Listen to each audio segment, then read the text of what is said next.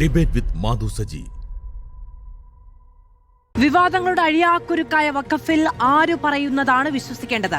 നിലപാടുകളിൽ തെളിച്ചം മങ്ങുമ്പോൾ ചോദ്യങ്ങൾ ഉയരും.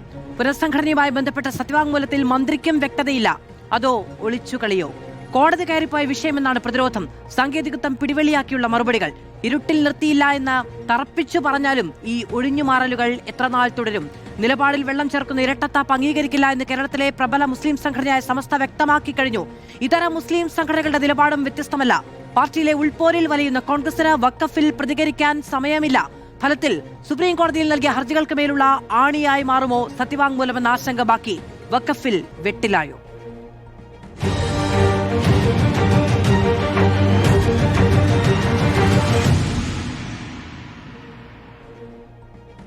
നമ്മളോടൊപ്പം ചർച്ചയിൽ അഡ്വക്കേറ്റ് ഷിബു മീരാൻ മുസ്ലിം ലീഗിൽ നിന്ന്, അഡ്വക്കേറ്റ് KS അരുൺകുമാർ CPM-ൽ നിന്ന്, ശ്രീ ഫസൽ ഗഫൂർ രാഷ്ട്രീയ നിരീക്ഷകൻ, അഡ്വക്കേറ്റ് പ്രശാന്ത് പത്മനാഭൻ നിയമവിദഗ്ധൻ എന്നിവർ.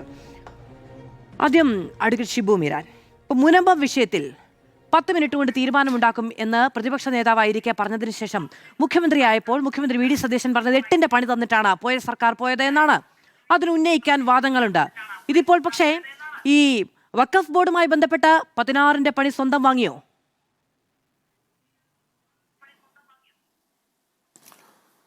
തീർച്ചയായും മധു, നമ്മൾ ഇന്നലെ മുതൽ ഈ വിഷയം സജീവമായി ചർച്ച ചെയ്യുകയാണ്.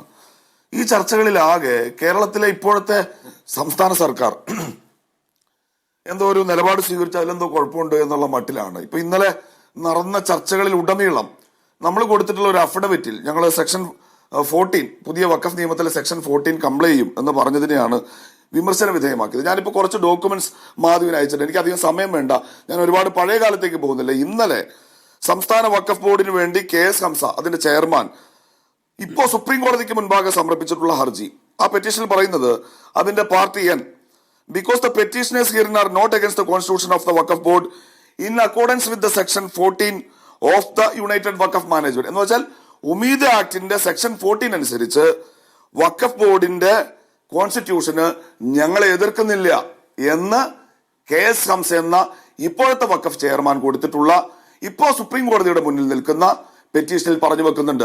ഞങ്ങളിപ്പോ സെക്ഷൻ 14 കുറിച്ച് പറഞ്ഞതാണല്ലോ പ്രശ്നം. ഇനിയിപ്പോ സമസ്തയെ കുറിച്ച് പറഞ്ഞു. സമസ്തയുടെ മുഷാവറ അംഗം കൂടിയാണ്, കൂടെ സുപ്രീം കോടതിയെ സമീപിച്ചിട്ടുള്ള ഉമർ ഫൈസി മുക്കം. അദ്ദേഹത്തിന്റെ പെറ്റീഷന്റെ 24ാമത്തെ പോയിന്റായി വരുന്നു. അതിലും പറയുന്നു, because the petitioners herein are not against the constitution of the Waqf board in accordance with section 14 of United Management Umeed act. Umar ഫൈസിയും പറഞ്ഞു വെക്കുന്നു. അദ്ദേഹം ഒരു മതപണ്ഡിതനായതുകൊണ്ട് അദ്ദേഹത്തിന്റെ വായിൽ നിന്ന് ആ സത്യം പുറത്തു വന്നു. ഇതിനകത്ത് നോൺ മുസ്ലിം മെമ്പർമാരെ വെക്കുന്നതിലൊന്നും ഞങ്ങൾക്ക് എതിർപ്പില്ല എന്ന് അദ്ദേഹം പറഞ്ഞു. പക്ഷെ ഇന്നലെ വന്നിട്ട് സെക്ഷൻ 14-നെതിരെ കപട സഖാവ് ഹംസ എന്ന് വേണമെങ്കിൽ വിളിക്കാവുന്ന രൂപത്തിൽ ആ വലിയ വിമർശനങ്ങൾ ഉന്നയിച്ച അദ്ദേഹം സുപ്രീം കോടതിക്ക് മുൻപാകെ ഇപ്പൊ സമർപ്പിച്ചിട്ടുള്ള പെറ്റീഷനിൽ പറയുന്നത് സെക്ഷൻ 14 അനുസരിച്ച് ബോർഡ് കോൺസ്റ്റിറ്റ്യൂട്ട് ചെയ്യുന്നതിൽ ഞങ്ങൾക്ക് എതിർപ്പില്ല എന്നാണ്. ഇനി ഇവർക്ക് എതിർക്കാൻ കഴിയില്ല. 4/2/2026 ഈ വഖഫ് ബോർഡിനെ നിയമിച്ചുകൊണ്ട് പഴയ സംസ്ഥാന സർക്കാർ പുറത്തിറക്കിയ ഒരു ഓർഡറിന്റെ ഒരു കോപ്പി കൂടി ഞാൻ മാധുവിന് അയച്ചിട്ടുണ്ട്. അതിനകത്തൊരു എക്സ്പ്ലനേഷൻ നോട്ട് ഉണ്ട്. ആ എക്സ്പ്ലനേഷൻ നോട്ടിൽ പറയുന്നത് ഇങ്ങനെയാണ്: the remaining 1 member under close 1 of subsection 1 and of section 14 of the act. അതായത് അപ്പോയിന്റ്മെന്റ് ഓഫ് റിമൈനിങ് 1 member, 2 മെമ്പർമാരുടെ അപ്പോയിന്റ്മെന്റ് അവശേഷിക്കുന്നുണ്ട്. ആ ഓർഡറിന്റെ എക്സ്പ്ലനറി നോട്ടാണ്. അതിൽ പറയുന്നു സെക്ഷൻ 14 അനുസരിച്ച് അവശേഷിക്കുന്ന 2 പേരെ ഷോർട്ട്ലി, അത് അവസാനിക്കുന്നത് വിൽ ബി മെയ്ഡ് ഷോർട്ട്ലി എന്നാണ്. ഏറ്റവും അടുത്ത സന്ദർഭത്തിൽ ഞങ്ങൾ നിയമിക്കും. 11 അംഗങ്ങൾ എന്ന് നിജപ്പെടുത്തിയ ഒരു ബോർഡിൽ ഇവർ 9 പേരെ വച്ചു. 2 പേരെ കൂടി നിയമിക്കുമെന്ന് വെച്ചാൽ 11-ൽ ഏറ്റവും ചുരുങ്ങിയത് 2 അമുസ്ലിങ്ങളായിരിക്കണം എന്നുള്ളത് ഇവർ അംഗീകരിച്ചിരുന്നു. സെക്ഷൻ 14 ഉപയോഗപ്പെടുത്തിക്കൊണ്ടാണ് ഇപ്പോ കേരളത്തിൽ പ്രവർത്തിക്കുന്ന വഖഫ് ബോർഡിനെ ഇവർ ചുമതലപ്പെടുത്തിയത്. ഇവര് പുറത്തിറക്കിയ 4/2/2026 ആ ഓർഡറാണ് ഇപ്പൊ ബഹുമാനപ്പെട്ട ഹൈക്കോടതിക്ക് മുൻപാകെ ചലഞ്ച് ചെയ്യപ്പെട്ടത്. അതിൽ വഖഫ് ബോർഡിന്റെ പ്രവർത്തനങ്ങളിൽ ചില നിയന്ത്രണങ്ങൾ കേരള ഹൈക്കോടതി കൊണ്ടുവന്നത്. ഇനി തമിഴ്നാട് സർക്കാരിന്റെ കേസ് കൂടി വരാണല്ലോ. ഇപ്പൊ ഇന്നലെ ഞാൻ ചോദിച്ചൊരു ചോദ്യമുണ്ട്. ഇവിടെ വഖഫ് ബോർഡിന് വേണ്ടി ഹാജരാകുന്ന സുപ്രീം കോടതിയിലെ അഭിഭാഷകൻ, അവരുടെ സീനിയർ എൻഗേജ്മെന്റിനായിട്ട് വരുന്ന സീനിയർ കൗൺസിൽ, അദ്ദേഹത്തിന്റെ പേര് ചിദംബരേഷ് എന്നാണ്. അദ്ദേഹം കേരള ഹൈക്കോടതിയിലെ ജഡ്ജിയായിരുന്നു. വിരമിച്ച് അധികം വൈകാതെ ഇവിടുത്തെ BJP സംസ്ഥാന പ്രസിഡന്റായിരുന്ന K. സുരേന്ദ്രന്റെ സാന്നിധ്യത്തിൽ നിർമ്മലാ സീതാരാമനിൽ നിന്ന് BJP അംഗത്വം സ്വീകരിച്ച ഒരു അഭിഭാഷകനാണ് ചിദംബരേഷ്. അദ്ദേഹമാണ് ഈ കേസിൽ KS ഹംസയ്ക്ക് വേണ്ടി ഹാജരാകുന്നത്. അദ്ദേഹം നേരത്തെ മുനമ്പവുമായി ബന്ധപ്പെട്ട് അത് വഖഫ് ഭൂമി അല്ല എന്ന കേരള ഹൈക്കോടതിയുടെ വിധിയെ ചലഞ്ച് ചെയ്ത് വഖഫ് സംരക്ഷണ സമിതി സുപ്രീം കോടതിയിൽ പോയപ്പോ അതിന് മുനമ്പം സമരക്കാർ കക്ഷിയാണ്. അതിൽ മുനമ്പം സമരക്കാരന്റെ വക്കീലും ചിദംബരേഷാണ്. അതിൽ അദ്ദേഹത്തിന്റെ വാദം അത് വഖഫ് ഭൂമി പിന്നെ അല്ല എന്നുള്ളതാണ്. ഇവിടെ ഇപ്പോ ഈ കേസിൽ വഖഫ് ബോർഡിന് വേണ്ടി സുപ്രീം കോടതിക്ക് മുൻപാകെ മറ്റൊരു കേസിൽ വഖഫ് ബോർഡിനെതിരെ ഹാജരാകുന്ന BJP പശ്ചാത്തലമുള്ള അഭിഭാഷകൻ പോയിട്ടൊരു ഹർജി സമർപ്പിക്കുന്നു. ആ പെറ്റീഷനിൽ സെക്ഷൻ 14 അനുസരിച്ച് ബോർഡ് പുനഃസംഘടിപ്പിക്കുന്നതിൽ ഞങ്ങൾക്ക് എതിർപ്പില്ല എന്ന് ഇന്നലെ വരെ പറഞ്ഞ പച്ചക്കള്ളം, ഞങ്ങളെ സെക്ഷൻ 14 പേരിലാണല്ലോ ഇന്നലെ ക്രൂശിച്ചത്, ആ കള്ളം ആവർത്തിക്കുന്നു. ഗൂഢാലോചന എവിടെയാണെന്ന് കൃത്യമാണ്.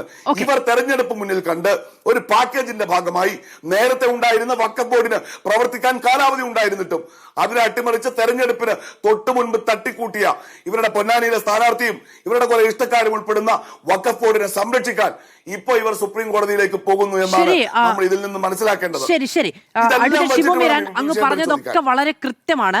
അങ്ങ് കൃത്യമായ ഓരോ പോർഷനായി എടുത്തു പറഞ്ഞുകൊണ്ടാണ് പറയുകയും ചെയ്തത്. അതായത് ഈ പറയുന്ന സെക്ഷൻ 14 അംഗീകരിക്കുന്നുവെന്ന് ഇന്നലെ വിമർശിച്ചവർ ഇന്ന് നിലപാടെടുത്തിരിക്കുന്നു കോടതിയിൽ. അതായത് ഈ മരവിപ്പിച്ചത് റദ്ദാക്കണമെന്ന് ആവശ്യപ്പെട്ട് കോടതിയിൽ പോയ ഇപ്പോഴത്തെ ബോർഡ് ഹംസ അടക്കമുള്ളവർ കോടതിയിൽ പറഞ്ഞിരിക്കുന്നത് ഞങ്ങൾ സെക്ഷൻ 14 അനുസരിക്കാം എന്നുള്ളത് തന്നെയാണ്. അങ്ങ് പറഞ്ഞത് വാലിഡായ പോയിന്റാണ്. ശരി, അതായത് LDF കാലത്ത് അവർ രൂപീകരിച്ച വഖഫ് ബോർഡും അതിന്റെ ചെയർമാനും ആ നിലപാടെടുത്തിരിക്കുന്നു. അത് നമുക്ക് ചോദിക്കാമെന്നേ. അഡ്വക്കേറ്റ് KS അരുൺകുമാർ ഇവിടെയുണ്ടല്ലോ. നിങ്ങളുടെ നിലപാടോ എന്നതാണല്ലോ നമ്മുടെ ചോദ്യം. നിങ്ങൾ ഹൈക്കോടതിയിൽ എടുത്തിരിക്കുന്ന നിലപാട് അവരുടെ നിലപാട് മോശമായതുകൊണ്ടാണല്ലോ മുസ്ലിം മത സാമാന്യത്തെ ന്യൂനപക്ഷത്തെ ഒറ്റുകൊടുക്കുന്നു എന്നുള്ളതാണല്ലോ നിങ്ങളുടെ നിലപാട്. ആ നിലപാട് സ്വീകരിച്ച നിങ്ങൾ കോടതിയിലെടുത്ത ആ നിലപാടിനെ കുറിച്ച് ഇനി പറയൂ. തീർച്ചയായും ഇപ്പൊ ഞാൻ പറഞ്ഞല്ലോ, ഈ ബോർഡിനെ, ഇപ്പോൾ നിലവിൽ പ്രവർത്തിക്കുന്ന ബോർഡിനെ ഇവർ കോൺസ്റ്റിറ്റ്യൂട്ട് ചെയ്തത് പുതിയ വഖഫ് നിയമത്തിലെ സെക്ഷൻ 14 പ്രകാരമാണ്. അതിനകത്ത് അവശേഷിക്കുന്നത് ഞങ്ങൾ ഉടനെ ഫില്ല് ചെയ്തേക്കാം, വിൽ ഫിൽ ഷോർട്ട്ലി എന്നൊരു ഓർഡറിനെയാണ് ഇപ്പോൾ ബഹുമാനപ്പെട്ട ഹൈക്കോടതിക്ക് മുൻപാകെ ചലഞ്ച് ചെയ്തിരിക്കുന്നത്. ഹൈക്കോടതിക്ക് മുൻപാകെ ഉമീദ് ആക്ട് ഉണ്ട്, അതിൽ റദ്ദ് ചെയ്യപ്പെടാത്ത സെക്ഷൻ 14 എല്ലാ പ്രൊവിഷൻസും ഉണ്ട്. പക്ഷെ ഹൈക്കോടതി മുൻപിൽ നിർഭാഗ്യവശാൽ പിണറായി സർക്കാരും സതീശൻ സർക്കാരും ഇല്ല. സർക്കാർ പുറത്തിറക്കിയ ഒരു ഓർഡറിനെ ചലഞ്ച് ചെയ്യുമ്പോൾ ഞാൻ ഒരു കാര്യം ഉറപ്പിച്ച് പറയാം, ഈ സെക്ഷൻ 14 ഈ നോൺ മുസ്ലിം ഇൻക്ലൂഷൻ എന്ന ആ ഭാഗം ബഹുമാനപ്പെട്ട രാജ്യത്തിന്റെ സുപ്രീം കോടതി റദ്ദാക്കിയിട്ടില്ല. മാധു, സുപ്രീം കോടതിയിലാണ് നമുക്കൊരു കേന്ദ്രം പാസാക്കിയ ഒരു ആക്ടിനെ ചലഞ്ച് ചെയ്യാൻ കഴിയുക. അത് ഞങ്ങൾ ചെയ്തിട്ടുണ്ട്, കേന്ദ്ര സർക്കാർ ചെയ്തിട്ടുണ്ട്. അങ്ങനെ കോടതിയിൽ പോയവരുടെ പട്ടികയിൽ ലീഗില്ലേ? അഡ്വക്കേറ്റ് ഷിബു മീരാൻ, ലീഗിന്റെ ആ നിലപാടിന് വിരുദ്ധമായി, കോൺഗ്രസിന്റെ ആ നിലപാടിന് വിരുദ്ധമായി KC വേണുഗോപാൽ പറയുകയാണ് ദേശീയ നേതൃത്വത്തിൽ ദേശീയ നിലപാട് മാറിയിട്ടില്ല എന്ന്.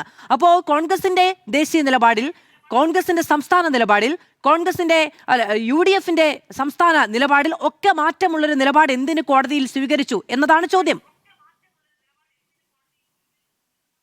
ഇവിടെയാണ് യഥാർത്ഥത്തിൽ വലിയൊരു തെറ്റിദ്ധാരണ സംഭവിക്കുന്നത്. രാജ്യത്തിന്റെ പാർലമെന്റ് പാസാക്കിയ ഒരു നിയമം, അതിന്റെ വ്യവസ്ഥകൾ അത് ഭരണഘടനാ വിരുദ്ധമാണ്, അത് അൾട്രാ വൈറസ് ആണ് എന്ന് പറഞ്ഞ് നമ്മൾ സുപ്രീം കോടതിയെ സമീപിച്ചിട്ടുണ്ട്. അത് സുപ്രീം കോടതിക്ക് മുൻപാകെ ഒരു കേസാണ്. അതിനൊരു ഇൻട്രീം ഓർഡർ പുറത്തു വന്നു. അതിൽ ചില കാര്യങ്ങൾ സുപ്രീം കോടതി എടുത്തു കളഞ്ഞു. പക്ഷേ സെക്ഷൻ 14 എടുത്തു കളഞ്ഞിട്ടില്ല. ഇവരിപ്പോ പുതിയ ഉമ്മീദ് ആക്ട് അനുസരിച്ച് ഒരു ഓർഡർ പുറത്തിറക്കിയപ്പോ അവശേഷിക്കുന്നത് ഞങ്ങൾ ഫില്ല് ചെയ്തേക്കാം എന്നൊരു എക്സ്പ്ലനറി നോട്ട് എന്തിനാ എഴുതി വെച്ചത്? അത് ആ ഓർഡറിന്റെ ഭാഗമല്ല. എന്നിട്ടും അതെന്തിനാ എഴുതി ചേർക്കുന്നത്? ആരെങ്കിലും കോടതിയിൽ പോയാൽ സെക്ഷൻ 14 ഏതെങ്കിലും ഒരു പ്രൊവിഷോ ഞങ്ങൾ സ്വീകരിക്കുന്നില്ല എന്ന് ഇന്നത്തെ ലീഗൽ പ്രിൻസിപ്പിൾ അനുസരിച്ച് രാജ്യത്ത് ഒരു ഗവൺമെന്റിനും ഒരു കോടതിക്ക് മുൻപാകെയും പറയാൻ കഴിയില്ല. കാരണം പാർലമെന്റ് അംഗീകരിച്ച് നമ്മൾ സുപ്രീം കോടതിയിൽ ചോദ്യം ചെയ്തു. സുപ്രീം കോടതി റദ്ദ് ചെയ്തിടത്തോളം ആ നിയമം ജീവിച്ചിരിക്കുകയാണ്. ആ സെക്ഷനിൽ ഈ പറയുന്ന നോൺ മുസ്ലിം ഇൻക്ലൂഷൻ ഉണ്ട്. തമിഴ്നാടിന് അതിന് സ്റ്റേ കൊടുത്തിട്ടില്ല. തമിഴ്നാടിനോട് പറഞ്ഞിട്ടുള്ളത് നിങ്ങൾ ഒരു നെസസിറ്റി, ഒരു ഡോക്ട്രിൻ ഓഫ് നെസസിറ്റി അനുസരിച്ച് തമിഴ്നാടിന്റെ വഖഫ് ബോർഡ് തുടർന്നും പ്രവർത്തിച്ചോട്ടെ. പക്ഷേ ഇനി ഈ കേസ് കേൾക്കുമ്പോൾ നിങ്ങൾ ഈ നോൺ മുസ്ലിം ആളുകളുടെ പേരുകൾ കൂടി തരണം എന്നാണ് പറഞ്ഞിട്ടുള്ളത്. അപ്പൊ നിയമപരമായി ഒരു വാചകം ഞാൻ പറഞ്ഞു. ഒറ്റ കാര്യം അഡ്വക്കേറ്റ് ഷിബു മീരാൻ, പക്ഷേ ഈ വഖഫ് ബോർഡ് നിങ്ങളുടെ രാഷ്ട്രീയ താല്പര്യം അനുസരിച്ച് നിങ്ങൾ നോമിനേറ്റ് ചെയ്ത ആളുകളല്ല നിലവിലുള്ളത്. നിങ്ങൾക്ക് അതുമായി ബന്ധപ്പെട്ട് ബുദ്ധിമുട്ടുകളുണ്ട്. ഉമീദ് പോർട്ടൽ രജിസ്ട്രേഷൻ അടക്കമുള്ള കാര്യങ്ങളിൽ നിങ്ങൾ അധികാരത്തിൽ വന്ന സമയത്ത് 8ന്റെ പണി നൽകിയെന്ന് പറഞ്ഞത് ഈ പറയുന്ന ഈ ബോർഡിനെ കുറിച്ചാണ്. നിങ്ങൾക്ക് രാഷ്ട്രീയ താല്പര്യവും നിങ്ങൾക്ക് രാഷ്ട്രീയമായ ബുദ്ധിമുട്ടുകളും ഉണ്ട്, ശരി. പക്ഷെ ഇത് റീകോൺസ്റ്റിറ്റ്യൂട്ട് ചെയ്യുക മാത്രമാണ് ഈ ബോർഡിനെ ഇല്ലാതാക്കുക എന്നുള്ള രാഷ്ട്രീയ ലക്ഷ്യം നിറവേറ്റാൻ വേണ്ടി നിങ്ങൾ ഇത് ഉപയോഗിച്ചോ, അതുവഴി ഒറ്റുകൊടുത്തോ എന്നുള്ളതാണ് ചോദ്യം. ഒരിക്കലുമില്ല. KS ഹംസയുടെ പരിചയം ഞാനിപ്പോ അത് കൂടി അയച്ചിട്ടുണ്ട്. ഞാനത് നോട്ട് ചെയ്ത് പറഞ്ഞു, എനിക്കിപ്പോ എടുക്കാനുള്ള പ്രയാസം കൊണ്ടാണ്. KS ഹംസയുടെ പെറ്റീഷനിൽ തന്നെ അവർ പറയുന്നത് സംസ്ഥാന സർക്കാർ ഹൈക്കോടതിയിൽ ഇത് ഡിസ്മിസ് ചെയ്യണം എന്നാവശ്യപ്പെട്ടിട്ടും സോളിസിറ്റർ ജനറലിന്റെയും പെറ്റീഷണറുടെയും merely the arguments of solicitor general and the petitioner എന്ന് പറയുന്നു. അവരുടെ മാത്രം വാദം കേട്ടിട്ടാണ് ഇത് നടപ്പാക്കിയത്. മറ്റൊരു ഭാഗത്ത് പറയുന്നത് ഈ ഈ അവശേഷിക്കുന്ന ഈ ഫില്ല് ചെയ്യേണ്ട 2 സംഗതികളുണ്ടല്ലോ. ബാർ കൗൺസിലിൽ നിന്ന് ഒരാളെ എടുക്കണം, പരാജയപ്പെട്ട MLA ക്ക് പകരം പുതിയ MLA കൊടുക്കണം, ഈ ഒഴിച്ചിട്ടിരിക്കുന്ന 2 നികത്തണം. ഇതിന് സംസ്ഥാന സർക്കാർ താല്പര്യമെടുത്തില്ല. ഏത് സംസ്ഥാന സർക്കാർ? തെരഞ്ഞെടുപ്പ് കഴിഞ്ഞ് കേരളത്തിൽ അധികാരത്തിൽ വന്ന സംസ്ഥാന സർക്കാർ താല്പര്യമെടുത്തില്ല എന്നുകൂടി KS ഹംസയുടെ പെറ്റീഷനിൽ രാജ്യത്തിന്റെ സുപ്രീം കോടതിക്ക് മുൻപാകെ ഈ പെറ്റീഷനിൽ പറഞ്ഞു വെച്ചിട്ടുണ്ട്. ഞങ്ങൾ ഇതിനെ അട്ടിമറിക്കാനോ ഇതിലേക്ക് ആളെ കുത്തിക്കയറ്റാനോ ഒരു താല്പര്യവും തിടുക്കവും കാണിച്ചിട്ടില്ല എന്ന് പറഞ്ഞു വെക്കാനാണ് സ്മൃതി മാധു ഞാൻ ഇത്രയും നേരം പറഞ്ഞത്. ഞങ്ങൾ ഒരു തിടുക്കവും കാണിച്ചിട്ടില്ല.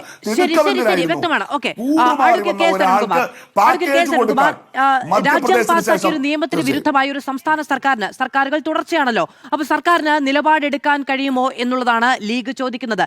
ഇനി അതിനോടൊപ്പം തന്നെ ഷിബു മേരാൻ പറയുന്നു ഈ സെക്ഷൻ 14-നെതിരെ നിലപാടില്ല എന്നത് KS ഹംസ സുപ്രീം കോടതിയിൽ പറഞ്ഞിരിക്കുന്നു എന്നത് കൂടിയുണ്ട്. അത് അദ്ദേഹം കൃത്യമായ വരികൾ തന്നെ ഉദ്ധരിച്ചുകൊണ്ടാണ് പറയുന്നത്. The petitioner herein are not against the constitution of Waqf board in accordance with the section 14 of the Unified Waqf Management, Empowerment, Efficiency and Development Act 1995. ഇത് ഇപ്പോൾ സുപ്രീം കോടതിയിലേക്ക് പോയിരിക്കുന്ന, അതായത് ഇന്നലെ സംസ്ഥാന സർക്കാർ എന്തോ വലിയ പാതകം ചെയ്തു എന്ന് പറഞ്ഞ അതേ ബോർഡ് ചെയർമാൻ കോടതിയെ സമീപിച്ചപ്പോൾ പറഞ്ഞ കാര്യമാണ്. ഇത് അംഗീകരിക്കാനാണ് പിന്നെ എന്തിനാ മോൾ കോടതിയിലേക്ക് പോയത് എന്നൊരു ചോദ്യം സ്വാഭാവികമായിട്ട് UDF ചോദിക്കാനില്ലേ? ഞാൻ അതിലേക്ക് വരാം. ബഹുമാനപ്പെട്ട നമ്മുടെ മന്ത്രി, വഖഫ് ബോർഡ് കൈകാര്യം ചെയ്യുന്ന, വഖഫ് വകുപ്പ് കൈകാര്യം ചെയ്യുന്ന മന്ത്രി ഇന്ന് പത്രസമ്മേളനത്തിൽ പറഞ്ഞൊരു വാചകമുണ്ട്. ഏത് ഹൈക്കോടതി സ്റ്റേ ചെയ്ത ഈ കേസിൽ, ഹൈക്കോടതിയുടെ ഡിവിഷൻ ബെഞ്ച് പരിഹരിച്ച ഈ കേസിൽ സ്റ്റേറ്റ് കക്ഷിയല്ല, സ്റ്റേറ്റ് കക്ഷി ആയിട്ടില്ല എന്ന്. പലരും അത് വിശ്വസിച്ചു, അയ്യോ സ്റ്റേറ്റ് കക്ഷിയായിട്ടില്ലെങ്കിൽ പിന്നെ എന്തിന് ഈ സംസ്ഥാന ഗവൺമെന്റിനെ കുറ്റം പറയണം എന്ന്. എന്നാൽ ഈ കേസിലെ ഒന്നാമത്തെ എതിർകക്ഷി the state of Kerala represented by its chief secretary, state കക്ഷിയല്ലേ. രണ്ടാമത്തെ കക്ഷി additional chief secretary department of revenue government, full address ഉണ്ട്, കക്ഷിയല്ലേ. മൂന്നാമത്തെ കക്ഷി the secretary directorate of minority welfare government of Kerala, state കക്ഷിയല്ലേ. നാലാമത്തെ കക്ഷി the secretary law department government of secretariat Thiruvananthapuram, state കക്ഷിയല്ലേ. 1 മുതൽ 4 വരെയുള്ള കക്ഷികൾക്ക് വേണ്ടിയിട്ടാണ് ബഹുമാനപ്പെട്ട അഡ്വക്കേറ്റ് ജനറൽ കേരളത്തിന്റെ ഹൈക്കോടതിയിൽ ഹാജരായി ചീഫ് ജസ്റ്റിസിന് മുമ്പേ വാദം പറഞ്ഞത്. അതായത് മന്ത്രി പോലും ഈ കേസിൽ സ്റ്റേറ്റ് കക്ഷിയല്ലെന്ന് പച്ചയായ നുണ വന്ന് പറയുന്നു. ഒന്നാമത്തെ കാര്യം. രണ്ടാമത്തെ കാര്യം, ഇവിടെ ചോദിച്ചല്ലോ, ഇന്ത്യയുടെ പാർലമെന്റ് പാസാക്കിയ ഒരു നിയമം, ആ നിയമം അംഗീകരിച്ചല്ലേ പറ്റൂ. ഇവിടെ ഇൻട്രോയിൽ മാധു സൂചിപ്പിച്ചു, ഉമൈദ് പോർട്ടലിൽ ഈ വഖഫ് പ്രോപ്പർട്ടിയുമായി ബന്ധപ്പെട്ടുകൊണ്ട് തർക്കമുള്ള പ്രോപ്പർട്ടി, കേസുള്ള പ്രോപ്പർട്ടി, മൊത്തം വഖഫ് ബോർഡിൽ രജിസ്റ്റർ ചെയ്ത പ്രോപ്പർട്ടി, ഇവയെല്ലാം ഒരു നിശ്ചിത ഡേറ്റിന് മുന്നിൽ ആഡ് ചെയ്യണമായിരുന്നു. അത് ആഡ് ചെയ്തപ്പോൾ 10 മിനിറ്റ് കൊണ്ട് മുനമ്പം പ്രശ്നം പരിഹരിക്കുമെന്ന് പറഞ്ഞ മഹാൻ പറഞ്ഞു, 8ന്റെ പണി തന്നിട്ട് LDF പോയി, അതുകൊണ്ട് എനിക്ക് 10 മിനിറ്റ് കൊണ്ട് അത് പരിഹരിക്കാൻ കഴിഞ്ഞില്ല, ഇപ്പൊ 2 മാസം എത്തി എന്ന് പറയുന്ന സാഹചര്യമുണ്ട്. അപ്പൊ അന്ന് ആ നിയമപ്രകാരം, ഇന്ത്യയുടെ പാർലമെന്റ് പാസാക്കിയ നിയമപ്രകാരം വഖഫ് പ്രോപ്പർട്ടി, കേസുള്ള പ്രോപ്പർട്ടി, തർക്കമുള്ള പ്രോപ്പർട്ടി ഒരു വെബ്സൈറ്റിലേക്ക് ആഡ് ചെയ്തപ്പോ ഗുരുതരമായിട്ടുള്ള വീഴ്ച LDF വരുത്തി എന്ന് പറഞ്ഞ് ആ 10 മിനിറ്റിന്റെ ആ സമയക്ലിപ്തതയിൽ നിന്ന് രക്ഷപ്പെട്ടവർ ഇപ്പോൾ പറയുകയാണ്, ഒരു നിയമം വന്നല്ലോ, ആ നിയമം നടപ്പാക്കിയല്ലേ പറ്റൂ. അന്നും ഞങ്ങൾ പറഞ്ഞത് എന്താ, നിയമം വന്നു, നിയമത്തിൽ ഇങ്ങനെ ഒരു കണ്ടീഷൻ ഉണ്ട്, ഇന്ന ഡേറ്റിന് മുന്നിൽ ഇത് ആഡ് ചെയ്തില്ലെങ്കിൽ വലിയ ഫൈൻ അടക്കം വരും, അതുകൊണ്ടാണ് ഇത് ചെയ്യുന്നത്. പക്ഷെ നിയമത്തിന്റെ ഉള്ളടക്കം, ചില വകുപ്പുകൾ, ചില സെക്ഷനിലെ ഉപവകുപ്പുകൾ ചലഞ്ച് ചെയ്തിരിക്കുകയാണ് രാജ്യത്തിന്റെ നീതിന്യായ പീഠത്തിൽ. അതിൽ സംസ്ഥാന ഗവൺമെന്റ് ഉണ്ട്, 40ഓളം കക്ഷികളുണ്ട്, മുസ്ലിം ലീഗ് ഉണ്ട്. അത്തരത്തിൽ മുസ്ലിം ലീഗ് അടക്കം നേരിട്ട് റിട്ട് പെറ്റീഷൻ ഫയൽ ചെയ്ത കേസുമായി ബന്ധപ്പെട്ടുകൊണ്ട് കേരളത്തിന്റെ ഹൈക്കോടതിയിൽ ഒരു റിട്ട് പെറ്റീഷൻ വരുമ്പോ നിങ്ങൾ ഒരു വാക്ക് സൂചിപ്പിച്ചോ, സുപ്രീം കോടതിയിൽ ഇതുമായി ബന്ധപ്പെട്ടുകൊണ്ട് കേസ് നിലനിൽക്കുന്നുണ്ടെന്ന്, ഞങ്ങൾ ഇതുമായി ബന്ധപ്പെട്ടുള്ള വാദം അവിടെ എടുത്തിട്ടുണ്ട് എന്ന്. അതുപോലെ തന്നെ 5 കൊല്ലം മുസ്ലിമായ ആൾക്ക് മാത്രമേ വഖഫ് ചെയ്യാൻ കഴിയൂ എന്ന കണ്ടീഷൻ അടക്കം സ്റ്റേ ചെയ്തിട്ടുണ്ട്. മറ്റു കണ്ടീഷനുമായി ബന്ധപ്പെട്ടുകൊണ്ടുള്ള വാദം വിശദമായി പോസ്റ്റ് ചെയ്തിരിക്കുകയെന്ന് ഒരു വാദം അഡ്വക്കേറ്റ് ജനറൽ അവിടെ എടുത്തോ? അവിടെ അത് എടുത്തത് വഖഫ് ബോർഡുമായി ബന്ധപ്പെട്ടുകൊണ്ടാ. ഏത് ഇത്തരം സാഹചര്യങ്ങൾ ഉണ്ടാകുമ്പോൾ നമ്മൾ പറയും കൗണ്ടർ അഫിഡവിറ്റിൽ subject to the outcome of the matter pending before the supreme കോടതി. അവിടെ സുപ്രീം കോടതിയിൽ നിലനിൽക്കുന്ന SLPയിൽ നിയമം സ്റ്റേ ചെയ്തിട്ടില്ലല്ലോ. അഡ്വക്കേറ്റ് KS അരുൺകുമാർ സ്റ്റേ ചെയ്തിട്ടില്ല, അത് നിലവിൽ രാജ്യത്തെ നിയമമാണ് എന്നത് ഒന്ന്. എന്നിട്ട് അവിടെ ശരി, ഇവർ ചെയ്തത് തെറ്റ്. പക്ഷെ അവിടെ പോയി എന്താണ് ഇപ്പോഴത്തെ അധ്യക്ഷൻ വഖഫ് ബോർഡിന്റെ അധ്യക്ഷൻ പറയുന്നത്? എന്താണ് ഈ പറയുന്ന അതേ സെക്ഷൻ, അത് ഞങ്ങൾക്ക് കുഴപ്പമില്ല എന്നല്ലേ, പിന്നെ എന്തിനാ പോയത് എന്നുള്ളതാണ് ചോദിക്കുന്നത്. അല്ല യെസ്, ഒറ്റ കാര്യമുള്ളൂ. ആ. ഈ ഫെബ്രുവരി മാസത്തിൽ ഈ വഖഫ് ബോർഡ് റീകോൺസ്റ്റിറ്റ്യൂട്ട് ചെയ്തതും സെക്ഷൻ 14 ഭൂരിഭാഗം കാര്യങ്ങൾ അംഗീകരിച്ചുകൊണ്ട് തന്നെയാണ്. അതെ. ഒരു MP-മാരുടെ പ്രതിനിധി വരുന്നതിൽ ഞങ്ങൾക്ക് എതിർപ്പില്ല. ഒരു MLA-യുടെ പ്രതിനിധി വരുന്നത് ഞങ്ങൾക്ക് എതിർപ്പില്ല. മുത്തവല്ലിയുടെ പ്രതിനിധി വരുന്നത് ഞങ്ങൾക്ക് എതിർപ്പില്ല. ജില്ലാ പഞ്ചായത്തിൽ നിന്ന് പ്രതിനിധി വരാൻ, മുനിസിപ്പാലിറ്റിയിൽ നിന്ന് പ്രതിനിധി വരാൻ ഒരു എതിർപ്പുമില്ല.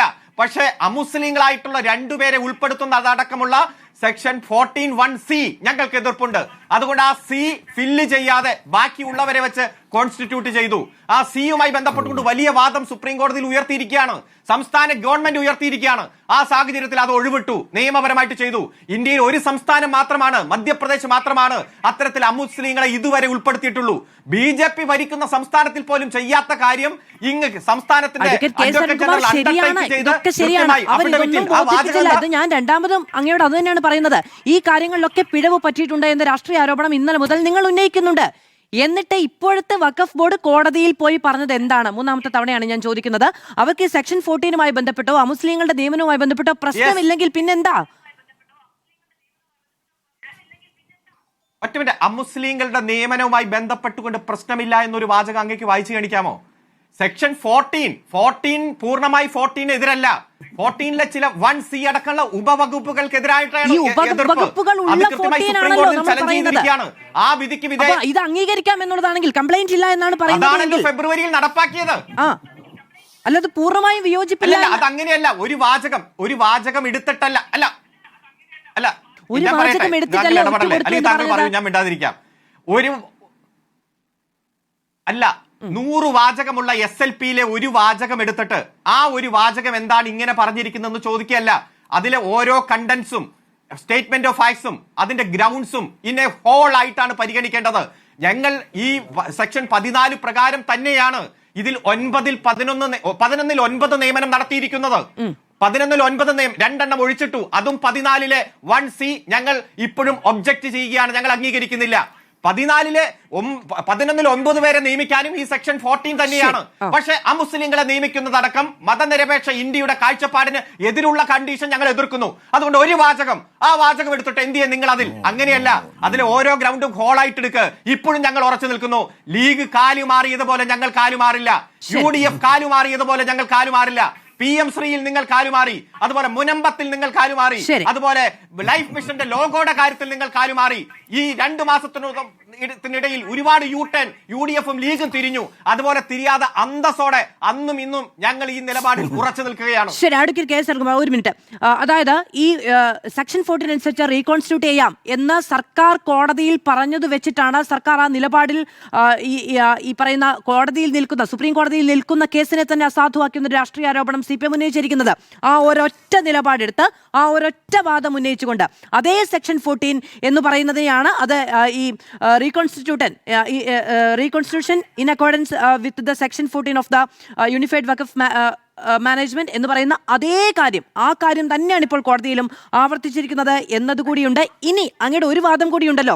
അങ്ങനെയാണ് എങ്കിൽ എന്തുകൊണ്ട് സംസ്ഥാന സർക്കാർ കോടതിയിൽ പറഞ്ഞില്ല, മറ്റു കാര്യങ്ങൾ സുപ്രീം കോടതിയുടെ പരിഗണനയിലാണ് എന്ന് പറഞ്ഞില്ല സംസ്ഥാന സർക്കാരും AGയും കോടതിയിൽ, ഹൈക്കോടതിയിൽ എന്ന് ചോദിക്കുന്നുണ്ടല്ലോ. ഇദ്ദേഹം കോടതിയിൽ കൊടുത്തിരിക്കുന്ന ഈ പരാതി ഉണ്ടല്ലോ, ഇപ്പോൾ കൊടുത്തിരിക്കുന്ന ഹർജി ഉണ്ടല്ലോ, ഇതിന്റെ ഈ മരവിപ്പിക്കൽ റദ്ദാക്കണമെന്ന് ആവശ്യപ്പെട്ടുകൊണ്ട്, ഇതിലെവിടെയെങ്കിലും പറയുന്നുണ്ടോ ഈ രാഷ്ട്രീയ നിലപാട്? ഹംസ സുപ്രീം കോടതിയിൽ കൊടുത്തിരിക്കുന്ന ഈ ഹർജിയിൽ പറയുന്നുണ്ടോ മറ്റു കാര്യങ്ങൾ സുപ്രീം കോടതിയുടെ പരിഗണനയിലാണ്, അതുകൊണ്ട് സെക്ഷൻ 14 ചില കാര്യങ്ങൾ മാത്രമായി റീകോൺസ്റ്റിറ്റ്യൂഷൻ നടക്കണമെന്ന് പറയുന്നുണ്ടോ? ഇതിൽ കൃത്യമായി പറയുന്നുണ്ടല്ലോ. ഒന്ന് മദ്രാസ് ഹൈക്കോടതിയുടെ കേസ്, ആ മദ്രാസ് ഹൈക്കോടതിയുടെ കേസ് സുപ്രീം കോടതി സ്റ്റേ ചെയ്തു, അത് പരിഗണിച്ചിട്ടില്ല. അതോടൊപ്പം തന്നെ സുപ്രീം കോടതിയിൽ ഇതുമായി ബന്ധപ്പെട്ടുള്ള കേസുകൾ നിലനിൽക്കുകയാണ് എന്നുള്ള കാര്യം ഹൈക്കോടതിയുടെ ഡിവിഷൻ ബെഞ്ചിന്റെ ഉത്തരവിൽ തന്നെ പറയുന്നുണ്ട്. കൊടുത്തിരിക്കുന്നതിൽ പറഞ്ഞിട്ടുണ്ട് ഹൈക്കോടതിയിൽ സർക്കാർ പറഞ്ഞില്ല എന്ന വിമർശനം ഉന്നയിക്കുമ്പോൾ സുപ്രീം കോടതിയിൽ ഇപ്പോഴത്തെ ബോർഡ് കൊടുത്തതിൽ ഈ കാര്യം പറയുന്നുണ്ടോ?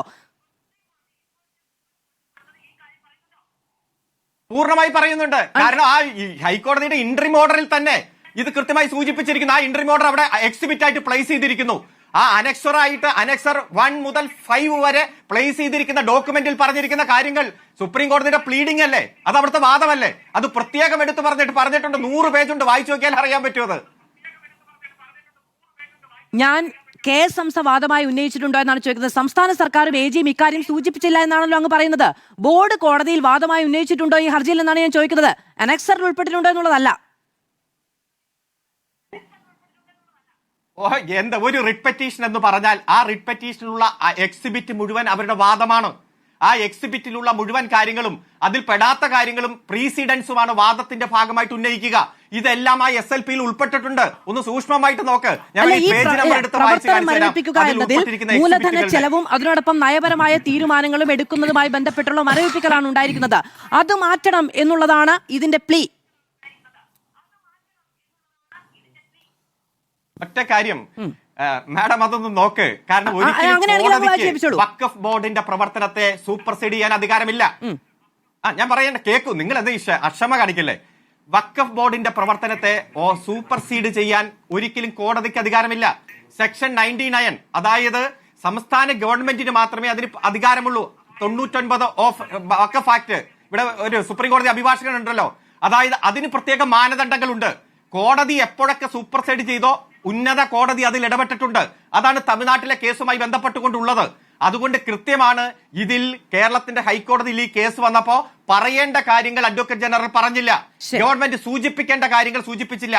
വാക്കാൽ ചോദിച്ചു, ഈ പെറ്റീഷണറുടെ വാദത്തോട് നിങ്ങൾ യോജിക്കുന്നു എന്ന് ചോദിച്ചപ്പോ ഞാൻ ഫുള്ളി ഈ ഷോൺ ജോർജിന്റെ റിട്ട് പെറ്റീഷനിലെ ഉള്ളടക്കത്തോട് യോജിക്കുന്നു എന്ന് കോടതിയിൽ പറഞ്ഞപ്പോഴാണ് അത്തരത്തിലൊരു ഇടക്കാല ഉത്തരവ് വന്നത്. അത് വഖഫ് ബോർഡിന് നോട്ടീസ് കൊടുക്കാതെ, വഖഫ് ബോർഡിലെ ചെയർമാന് നോട്ടീസ് കൊടുക്കാതെ, അംഗങ്ങൾക്ക് നോട്ടീസ് കൊടുക്കാതെ, എന്തിന് ഈ ഗവൺമെന്റ് ഫയൽ ചെയ്ത കൗണ്ടർ പോലും വഖഫ് ബോർഡിന് കൊടുക്കാതെയാണ്. ആ ഇൻട്രി മോഡലിൽ പറഞ്ഞിട്ടുണ്ട്, ഈ ഗവൺമെന്റ് ഫയൽ ചെയ്ത കൗണ്ടർ എന്താണെന്ന് പോലും ഞങ്ങൾക്ക് കിട്ടിയിട്ടില്ല എന്ന് വഖഫ് ബോർഡിന്റെ വക്കീൽ പറഞ്ഞ വാദം കൂടി ആ ഉത്തരവിൽ എഴുതിയിട്ടുണ്ട്. അങ്ങനെ ഏകപക്ഷീയമായ നിയമവിരുദ്ധമായ ഒരു ഇടക്കാല ഉത്തരവാണ്. അതിനെയാണ് സുപ്രീം കോടതിയിൽ സ്വീകരിച്ച നിലപാടുകൾക്ക് വിരുദ്ധമായി ഹൈക്കോടതിയിൽ സർക്കാർ ഒരു നിലപാടെടുത്തിരിക്കുന്നു.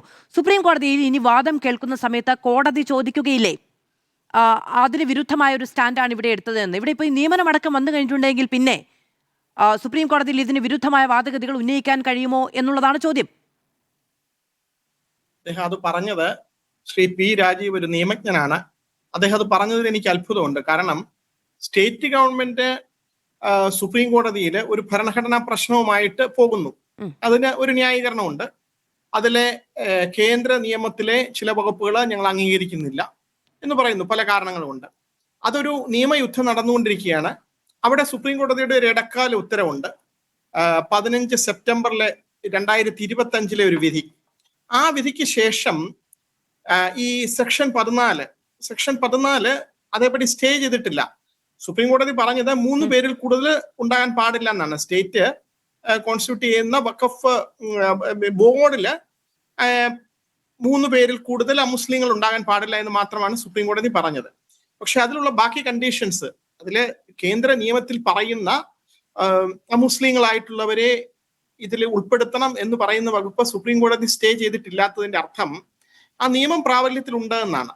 ഒരു നിയമം പ്രാബല്യത്തിലുള്ളപ്പോൾ അത് കോടതിയിൽ പോയ കക്ഷിക്ക് ഇഷ്ടപ്പെട്ടാലും ഇല്ലെങ്കിലും, ഇപ്പൊ സ്റ്റേറ്റ് ഗവൺമെന്റ് കോടതിയിൽ കക്ഷി ചേർന്നു, സ്റ്റേറ്റ് ഗവൺമെന്റിന് താല്പര്യം ഉണ്ടെങ്കിലും ഇല്ലെങ്കിലും ആ നിയമം പാലിക്കാൻ ബാധ്യസ്ഥരാണ്. സുപ്രീം കോടതി ഒന്നുകിൽ അത് അസാധുവായിട്ട് പ്രഖ്യാപിക്കണം, അല്ലെങ്കിൽ അതിനകത്തൊരു ഇടക്കാല ഉത്തരവെങ്കിലും വേണം. രണ്ടും വന്നിട്ടില്ല. ഇടക്കാല ഉത്തരവ് മുഖാന്തരം ഇത് വേണ്ട എന്ന് പറഞ്ഞിട്ടില്ല, ഫൈനലായിട്ടൊരു ജഡ്ജ്മെന്റ് വന്നിട്ടില്ല. ഇപ്പോൾ 25 ഓഗസ്റ്റിലേക്ക് ഈ കേസിന്റെ വിശദമായ വാദത്തിന് വേണ്ടി വെച്ചിരിക്കുകയാണ്.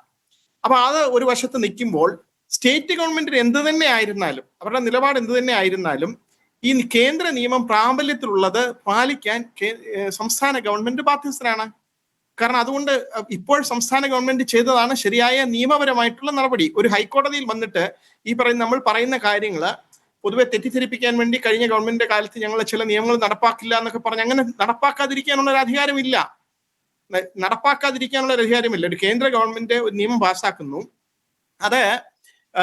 അത് ഭരണഘടനാ വിരുദ്ധമല്ല എന്ന് ഒരു ഭരണഘടനാ കോടതി പ്രഖ്യാപിക്കത്തോളം, ഹൈക്കോടതിയിലോ സുപ്രീം കോടതിയിലോ പോയിട്ട് ഈ നിയമം ഭരണഘടനാ വിരുദ്ധമാണെന്ന് പ്രഖ്യാപിക്കാത്തിടത്തോളം അതിന് നിയമപരമായ പ്രാബല്യമുണ്ട്.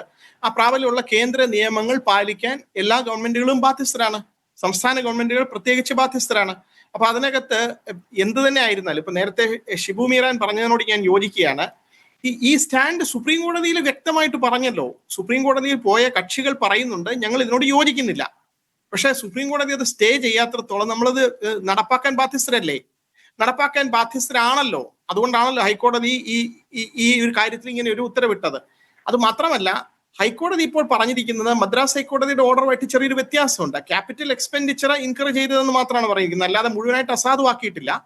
അപ്പം മദ്രാസ് ഹൈക്കോടതിയുടെ വിധി വന്നപ്പോഴും സുപ്രീം കോടതി അത് സ്റ്റേ ചെയ്തെങ്കിലും സുപ്രീം കോടതിയും പറയുന്നുണ്ട് സംസ്ഥാന ഗവൺമെന്റ് സുപ്രീം കോടതിയോട് ബോധിപ്പിക്കണം എങ്ങനെയാണ് നിങ്ങൾ ഈ വേക്കൻസി ഫില്ല് ചെയ്യാൻ പോകുന്നതെന്ന് പറയണം എന്ന് പറയുന്നുണ്ട്.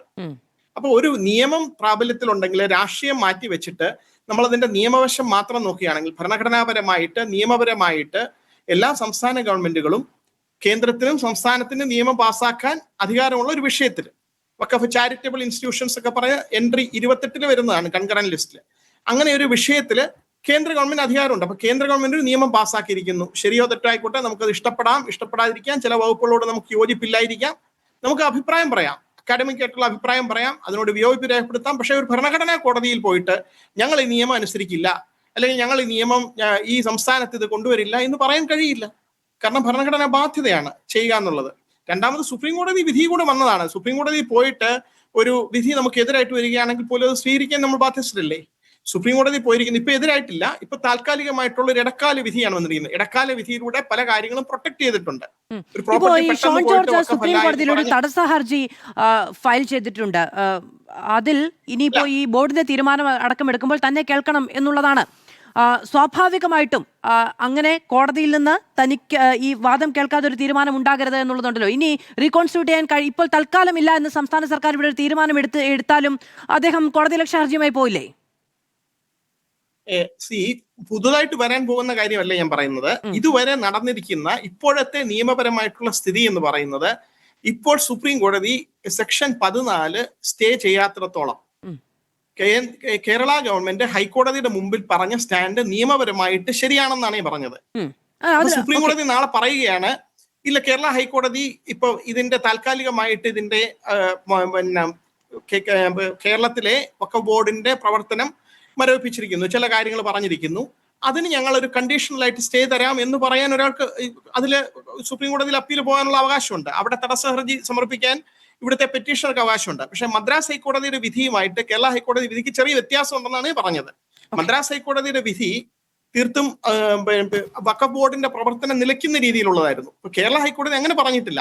കേരള ഹൈക്കോടതി പറഞ്ഞത് ഈ അപ്പോയിന്റ് ചെയ്ത 2 അമുസ്ലിങ്ങളെ അതില് അപ്പോയിന്റ് ചെയ്യാത്തത് കൊണ്ട് കേന്ദ്ര നിയമം അതേപടി കേരളത്തിൽ പ്രാവർത്തികമാക്കിയിട്ടില്ല. ഭരണം പോകുന്നതിന് തൊട്ടു മുമ്പ് എന്തുകൊണ്ടാണ് ഇങ്ങനെ ചെയ്തത് എന്നുള്ളൊരു ചോദ്യം കൂടെ അവിടെ നിൽക്കുന്നു. എന്തുകൊണ്ടാണ് ഭരണത്തിന്റെ അവസാന പാദത്തിലിരിക്കുന്ന ഒരു ഗവൺമെന്റ് പെട്ടെന്ന് ഈ പോസ്റ്റുകളെല്ലാം കൂടെ ഫില്ല് ചെയ്യുകയും ആ കേന്ദ്ര നിയമം പാലിക്കാതിരിക്കുകയും ചെയ്യുന്നു? ഇവരായിരുന്നു ഞാൻ വേറൊരു ചോദ്യം ചോദിക്കട്ടെ.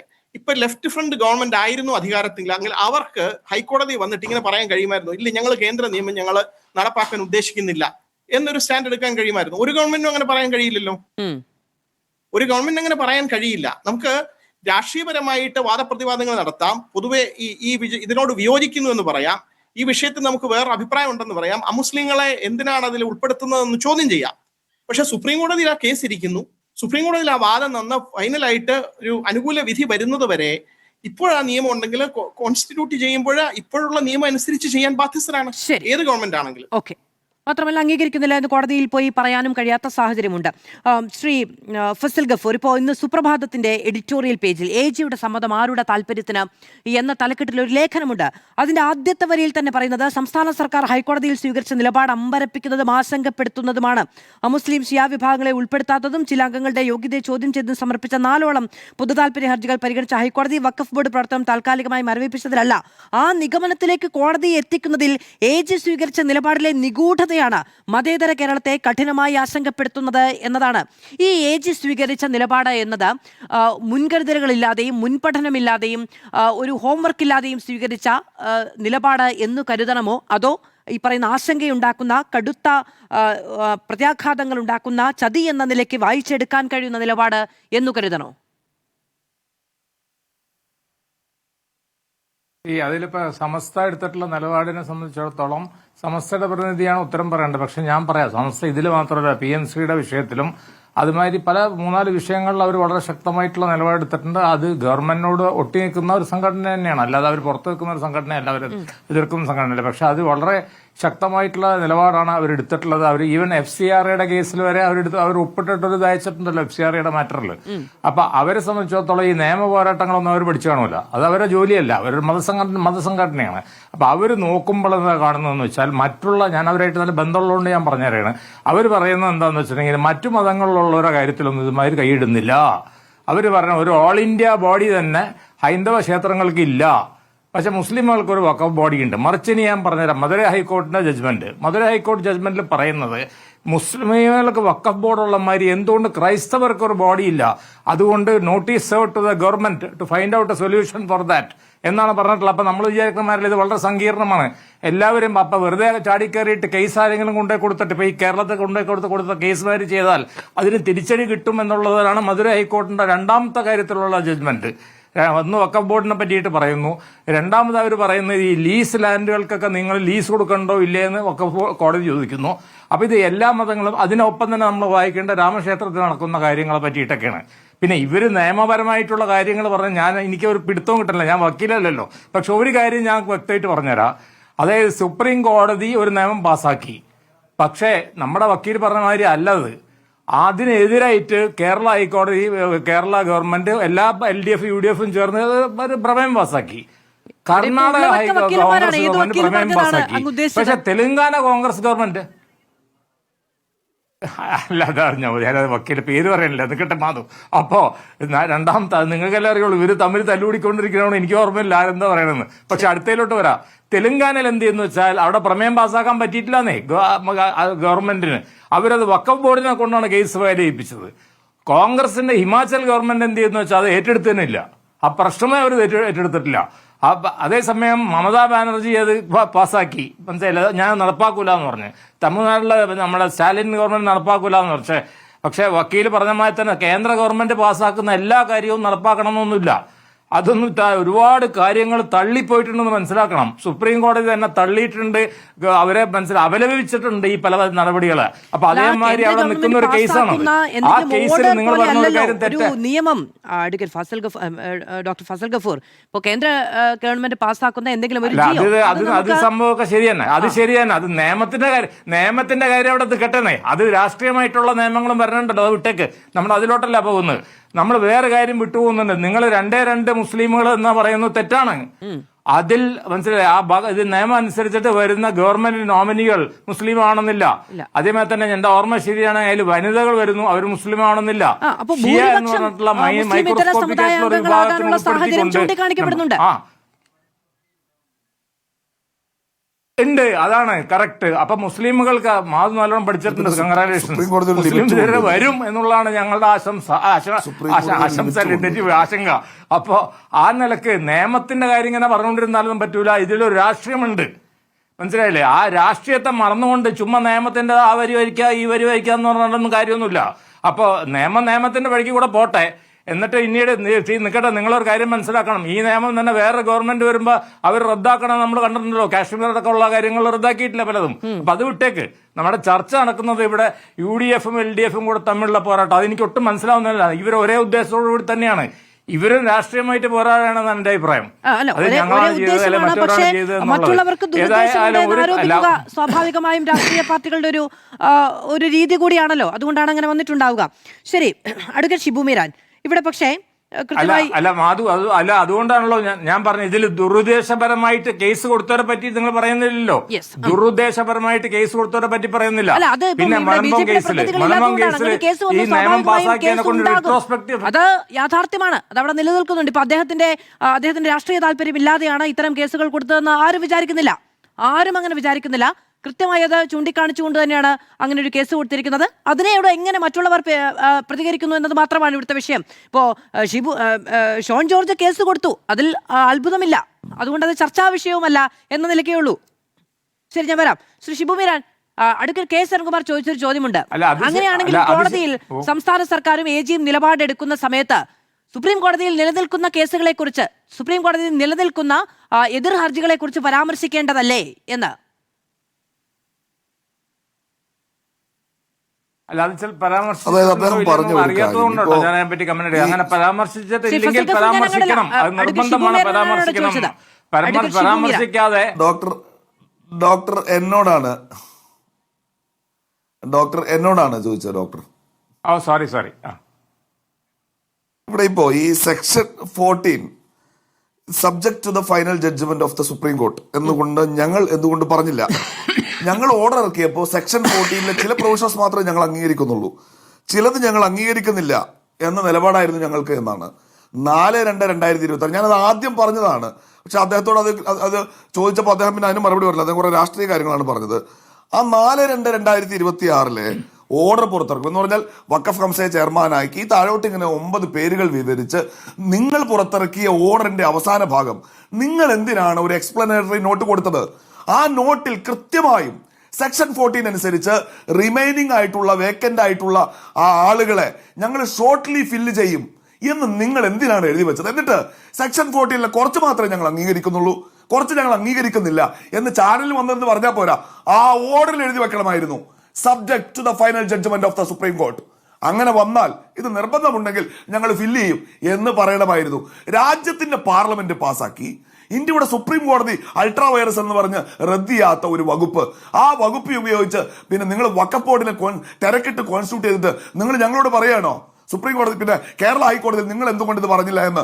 സുപ്രീം കോടതി ഈ സെക്ഷൻ 14 ഈ പറയുന്ന നോൺ മുസ്ലിങ്ങൾ മിനിമം 2 3 എങ്കിലും വരണം എന്ന് പറഞ്ഞ വകുപ്പ് എടുത്തു കളഞ്ഞാൽ പിന്നെ അത് പ്രത്യേകം പറയേണ്ട ഒരു കാര്യമില്ല ഡോക്ടർ അരുൺകുമാർ.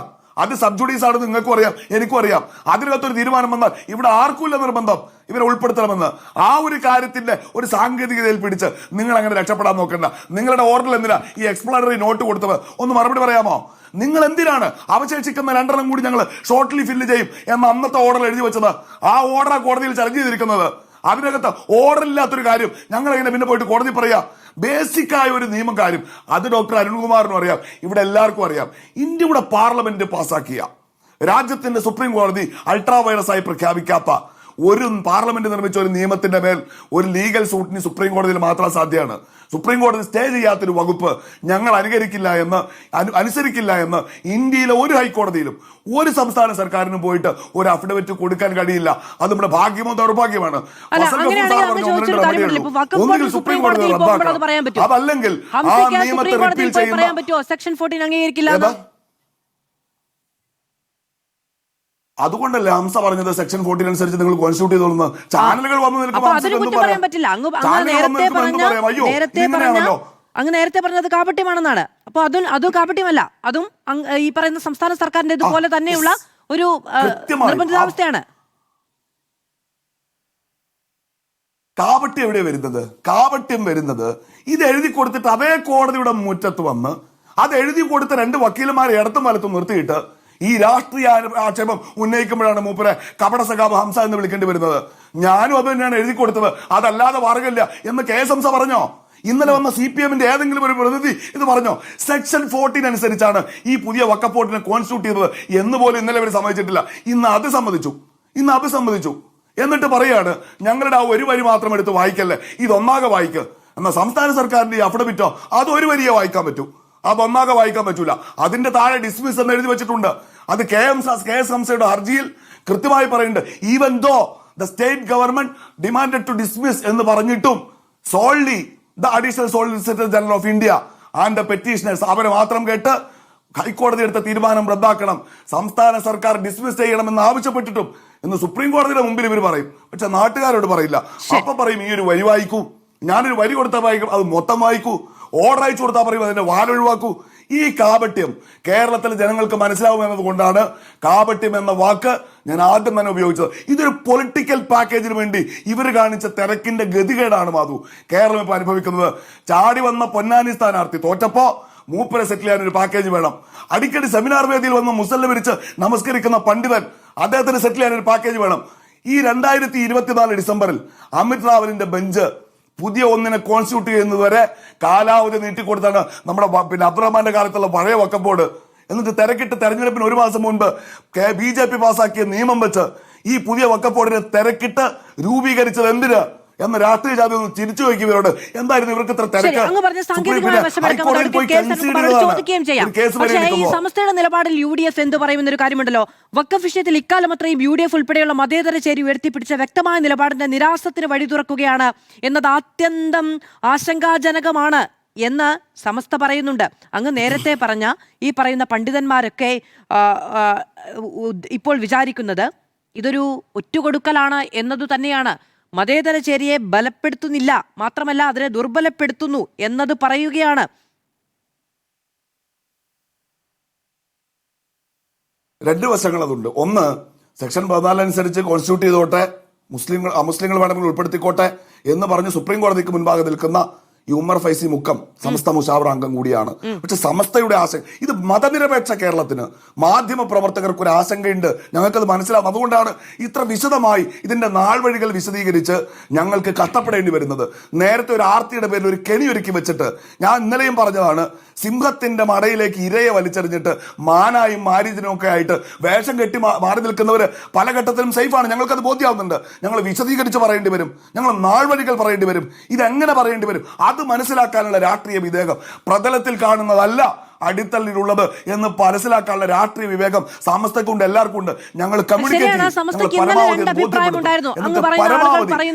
അല്ല, വ്യത്യസ്തമായ അഭിപ്രായം ഉണ്ടായിരുന്നു. പക്ഷെ ഇന്ന് സമസ്തയുടെ മുഖപത്രത്തിൽ കൃത്യമായി ഇത് ഈ പറയുന്ന UDF-ന്റെ നിലപാടിനെയും AG-യുടെ നിലപാടിനെയും സർക്കാരിന്റെ നിലപാടിനെയും വിമർശിച്ചുകൊണ്ട് തന്നെയാണ് ലേഖനം വരുന്നത്. തീർച്ചയായും ഞാൻ ആ ലേഖനം വായിച്ചതാണ്. അത് വായിച്ചിട്ട് തന്നെ പറയുന്നു, അങ്ങനെ ഒരു തെറ്റിദ്ധാരണ സമസ്തക്കെന്നല്ല, കേരളത്തിൽ ഞങ്ങളെ പ്രതീക്ഷയോടെ എന്ന് വെച്ചാൽ ആർക്കുണ്ടെങ്കിലും അത് ഞങ്ങളൊരു പൊളിറ്റിക്കൽ ക്യാമ്പയിനിലൂടെ, ഡിസ്കഷനിലൂടെ അവരെ കാര്യങ്ങൾ ബോധ്യപ്പെടുത്തി ഞങ്ങൾക്ക് പറയാൻ ന്യായങ്ങളുണ്ട്. മധ്യപ്രദേശിന് ശേഷം ചോദിച്ചിട്ട് മിണ്ടിയിട്ടില്ല. അല്ല, സബ്ജുഡീസ് ആയ കാര്യങ്ങളിൽ മന്ത്രിമാരെ പോലെയുള്ളവർ പ്രതികരിക്കുന്നതും ഞങ്ങളെ പോലെയുള്ളവർ നടത്തുന്ന രാഷ്ട്രീയ പ്രതികരണങ്ങളിലും വ്യത്യാസമുണ്ടാവുമെന്ന് മാധുരി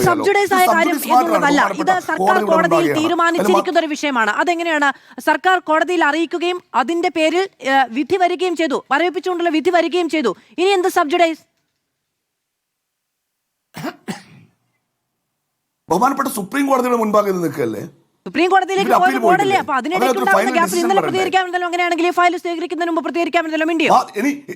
സബ്ജുഡീസ് ആയി നിൽക്കുന്ന ഒരു കാര്യം, സബ്ജുഡീസ് ഇതിനകത്ത് നിരവധി ടെക്നിക്കാലിറ്റീസ് ഉണ്ട്, ഒരുപാട് ടെക്നിക്കാലിറ്റീസ് ഉണ്ട്. സബ്ജുഡീസ് ആയി നിൽക്കുന്ന ഈ സെക്ഷൻ 14 പിന്നെ വഖഫ് ആക്ടിന്റെ കോൺസ്റ്റിറ്റ്യൂഷണൽ പിന്നെ ഡെലിഗസി ക്വസ്റ്റ്യൻ ചെയ്തുകൊണ്ടുള്ള ഇത് സബ്ജുഡീസ് ആണ്. ഇവിടുത്തെ കാര്യം സബ്ജുഡീസ് ആണ്. അപ്പൊ അങ്ങനെയുള്ള കാര്യങ്ങൾ PK കുഞ്ഞാലിക്കുട്ടിയെ പോലുള്ള നേതാക്കന്മാർ എന്തെങ്കിലും ഒരു പതിഞ്ഞ വാക്കുകളിൽ അല്ലെങ്കിൽ ഒരു പക്വമായ പ്രതികരണം നടത്തിയാൽ ഞങ്ങൾക്ക് നിലപാടില്ല എന്നതിന് അർത്ഥമില്ല. ഞങ്ങളുടെ നിലപാട് ഈ രാജ്യത്തിന്റെ പാർലമെന്റ് പാസ്സാക്കിയ ഒരു നിയമത്തെ ചലഞ്ച് ചെയ്യാൻ നമ്മുടെ മുമ്പിൽ ഒറ്റ മാർഗ്ഗമേ ഉള്ളൂ. ഈ കേരള ഹൈക്കോടതിയിൽ അതിനെ പോയിട്ട് ചലഞ്ച് ചെയ്തിട്ട് തർക്കിച്ചിട്ട് കാര്യമില്ല. അത് സുപ്രീം കോടതിയുടെ മുൻപാകെ അവിടെ ആദ്യം ചെന്നത് ഞങ്ങളാണ്. ഞങ്ങളുടെ കേസിലാണ് സംസ്ഥാന സർക്കാർ വന്ന് കക്ഷി ചേർന്നത്. അതിന്റെ റെമഡി ഞങ്ങൾ എടുത്തിട്ടുണ്ട്. We are fighting for the final judgement of supreme കോടതി. നമുക്ക് അതേ മാർഗമുള്ളൂ.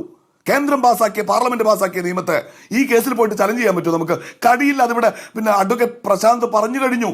അതൊരു ലീഗൽ പ്രിൻസിപ്പിൾ ആണ്. അത് നമുക്ക് അട്ടിമറിക്കാൻ കഴിയില്ല, ഞങ്ങൾക്കും കഴിയില്ല, അവർക്കും കഴിയില്ല. അതുകൊണ്ടാണ് ഈ എക്സ്പ്ലനറി നോട്ട്. എക്സ്പ്ലനറി നോട്ടിൽ വളരെ കൃത്യമായി പറയുന്ന ഒരു കാര്യമുണ്ട്. അത് ഞങ്ങൾ ഇനി ബാക്കിയുള്ള 2 പേരെയും ഏറ്റവും അടുത്ത് തന്നെ നിയമിക്കും എന്ന് തന്നെയാണ്.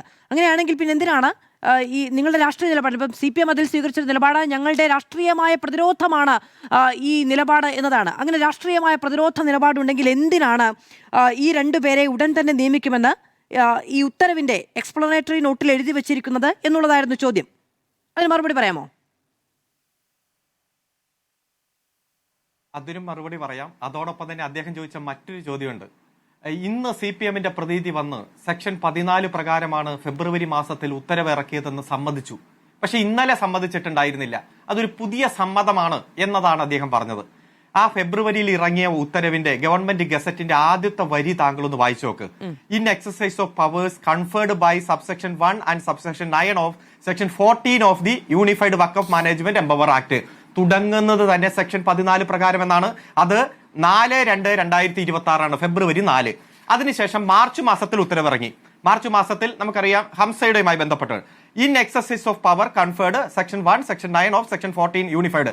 അത് 13/3/2026 ഈ നിയമത്തിനോ നിയമത്തിലെ വകുപ്പുകൾക്കോ ഞങ്ങൾ എതിരല്ല. പക്ഷേ ചില വകുപ്പുകൾക്കും ഉപവകുപ്പുകൾക്കും ഞങ്ങൾ എതിരാണ്. ഈ രാജ്യത്തിന്റെ മതനിരപേക്ഷ കാഴ്ചപ്പാടിനെ തകർക്കുന്ന ആർട്ടിക്കിൾ 25-26 മതസ്വാതന്ത്ര്യത്തെ തകർക്കുന്ന വകുപ്പുകളും ആ മതേതര കാഴ്ചപ്പാടുകൾക്ക് എതിരായിട്ടുള്ള ഉപവകുപ്പുകൾക്കും ഞങ്ങൾ എതിരാണ്. അതുകൊണ്ടാണ് ഞങ്ങൾ സുപ്രീം കോടതിയിൽ ചലഞ്ച് ചെയ്തിരിക്കുന്നത്. ഒറ്റ കാര്യം, അങ്ങ് ഇവിടെ പറഞ്ഞല്ലോ, ഇവിടെ ചർച്ചയുടെ ഭാഗമായിട്ട് വന്നു അമുസ്ലിങ്ങൾ 2 അല്ല എന്ന്. മാധു, ഇതിൽ 7 പേർ വരെ അമുസ്ലിങ്ങളായിട്ട് വരാം. സെക്ഷൻ 14(1)(c)യിൽ പെട്ട 1-2 ഉപവകുപ്പിൽപ്പെട്ട 2-3 പേർ മാത്രം മുസ്ലിം ആയാൽ മതി. ബാക്കി എല്ലാവരും അമുസ്ലിമായിട്ട് വരാം. MP-മാരുടെ പ്രതിനിധി മുസ്ലിം ആകണമെന്ന് പറഞ്ഞിട്ടില്ല, MLA-മാരുടെ പ്രതിനിധി മുസ്ലിം ആകണമെന്ന് പറഞ്ഞിട്ടില്ല, ജില്ലാ പഞ്ചായത്ത് മുനിസിപ്പാലിറ്റി മുസ്ലിം ആവണമെന്ന് പറഞ്ഞിട്ടില്ല. അങ്ങനെ വരുമ്പോ 11-ൽ 7-8 പേർ അമുസ്ലിങ്ങളായാലും വഖഫ് ബോർഡ് കോൺസ്റ്റിറ്റ്യൂട്ട് ചെയ്യാൻ പറ്റും. അങ്ങനെയാണ് ഗവൺമെന്റ് തീരുമാനിക്കുന്നതെങ്കിൽ. അത്തരത്തിലുള്ള സാഹചര്യത്തെയാണ് എതിർക്കുന്നത്. അതുകൊണ്ട് ഒരു ഘട്ടത്തിൽ പോലും സെക്ഷൻ 14-മായി ബന്ധപ്പെട്ടുകൊണ്ട് ഇവിടെ പറയുന്ന ആശങ്ക അത് പൂർണ്ണമായിട്ടും ഞങ്ങൾ അക്സെപ്റ്റ് ചെയ്യുന്നു എന്ന രൂപത്തിലല്ല. അത് തെറ്റായിട്ടുള്ള വാദമാണ്. പിന്നെ ഇവിടെ നിയമവിദഗ്ധനടക്കം പറഞ്ഞല്ലോ, ഈ വകുപ്പ് പ്രകാരം കോൺസ്റ്റിറ്റ്യൂട്ട് ചെയ്തു. ഇപ്പൊ എന്നോട് ചോദിച്ച ചോദ്യം 2 പേരെ പിന്നീട് നോമിനേറ്റ് ചെയ്യുന്നു പറഞ്ഞു. അതിൽ section 22 of the Waqf act ഞാൻ വായിക്കാം. Vacancies etcetera not to invalidate proceedings of the board. No act or proceedings of the board shall be invalidated by reason only of the existence of any vacancy amongst its members or any defect in the constitution thereof. 2 പേരെയോ 3 പേരെയോ ഇപ്പോൾ തന്നെ nominate ചെയ്യണമെന്നില്ല. അതായത് ഇതിലെ nomination ചില വ്യക്തികളുടെ നടത്തിയില്ല, ചില പോസ്റ്റിലേക്ക് നിയമിച്ചില്ല എന്ന് വെച്ച് ബോർഡിന്റെ കോൺസ്റ്റിറ്റ്യൂഷനെയോ അതിന്റെ നടപടികളെയോ ബാധിക്കുന്നില്ല. അമുസ്ലിങ്ങളെ ഇതിൽ ഉൾപ്പെടുത്തണം എന്നതിനെ ഞങ്ങൾ എതിർക്കുന്നു. അതുകൊണ്ട് ഞങ്ങൾ അത് ഉൾപ്പെടുത്തിയില്ല. ഫെബ്രുവരി മാസത്തിൽ, മാർച്ച് മാസത്തിൽ ഞങ്ങൾ ഉൾപ്പെടുത്തിയില്ല. ഞങ്ങൾ പറഞ്ഞു ആ വേക്കൻസികൾ ഫില്ല് ചെയ്യും. എപ്പോഴാ? സുപ്രീം കോടതിയിൽ കേസ് പെൻഡിംഗ് നിൽക്കുകയാ. എപ്പോഴാണെന്ന് ഞങ്ങൾ പറഞ്ഞിട്ടില്ല. എല്ലാവരെയും ഒരുമിച്ച് കോൺസ്റ്റിറ്റ്യൂട്ട് ചെയ്യണമെന്ന് ഈ നിയമത്തിൽ ഒരിടത്തും പറയുന്നില്ല. അതുകൊണ്ട് നിയമപരമായി അന്ന് കിട്ടാവുന്നതിൽ ഏറ്റവും മികച്ച ലീഗൽ ഒപ്പീനിയൻ എടുത്ത് ആ കൃത്യമായി ഈ രാജ്യത്തിന്റെ ഭരണഘടന സംരക്ഷിക്കാൻ, ആർട്ടിക്കിൾ 25-26 സംരക്ഷിക്കാൻ, മതനിരപേക്ഷ ഉള്ളടക്കം സംരക്ഷിക്കാൻ, ഒരു മതത്തിന്റെ ആഭ്യന്തര കാര്യങ്ങളിൽ അതുപോലെ കംപ്ലീറ്റ് ഡെഡിക്കേഷൻ ടു ഒരു ഭക്തൻ കൊടുക്കുമ്പോൾ അതിൽ മറ്റു മതക്കാർ വന്ന് നിയന്ത്രിക്കുന്ന സാഹചര്യം ഒഴിവാക്കാൻ വേണ്ടി നിയമപരമായിട്ട് ഞങ്ങൾ പ്രവർത്തിച്ചതാ. അതുകൊണ്ട് മിസ്റ്റർ ഷിബു മീരാനോട് എനിക്ക് ചോദിക്കാനുള്ളത്, ഇവിടെ വാദം പറഞ്ഞല്ലോ അഡ്വക്കേറ്റ് ജനറൽ വാദം പറയുമ്പോൾ ഇതിന്റെ സുപ്രീം കോടതിയിൽ കേസ് ഉണ്ടെന്നും അതിൽ ഇടക്കാല ഉത്തരവ് ചില സെക്ഷനുമായി ബന്ധപ്പെട്ടുകൊണ്ടുണ്ടെന്നും അതുകൊണ്ട് ഞങ്ങൾക്ക് സുപ്രീം കോടതിയിൽ തുടർവാദം നടത്തണമെന്നും without prejudice the stand of the state government in SLP number such and such pending before the supreme കോടതി എന്നൊരു വാചകം നിങ്ങളുടെ ഈ അഫിഡവിറ്റിൽ എന്തുകൊണ്ട് നിങ്ങൾ എഴുതിയില്ല? അതുപോലെ തന്നെ സുപ്രീം കോടതിയുടെ വിധിക്ക് വിധേയമായിരിക്കും ഈ ഹൈക്കോടതിയുടെ ഡിവിഷൻ ബെഞ്ച് ഇടുന്ന ഉത്തരവ് എന്നൊരു വാചകം നിങ്ങൾ പറഞ്ഞില്ല. സാധാരണ ബേസിക് നോളജ് ഉള്ള ഒരു വക്കീൽ ഇത്തരത്തിലുള്ളൊരു കൗണ്ടർ അടിക്കുമ്പോൾ ഈ വാചകങ്ങൾ കൂട്ടിച്ചേർക്കാറുണ്ട്. അപ്പെക്സ് കോടതിയിലാണ് കേസ് നിൽക്കുന്നത്, സുപ്രീം കോടതിയിൽ. അവിടെ ഞങ്ങൾക്ക് വാദം തുടർന്ന് നടത്താനുള്ള ഞങ്ങളുടെ അവസരം റിസർവ് ചെയ്യണം എന്ന് പറഞ്ഞോ? മറിച്ച് എന്താ പറഞ്ഞേ? പെറ്റീഷണറുടെ വാദത്തോട് പൂർണ്ണമായി യോജിക്കുന്നു, RSSന്റെ നിലപാടിനോട് ഞങ്ങൾ കൃത്യമായി സാഷ്ടാംഗ പ്രമാണം നടത്തുന്നു.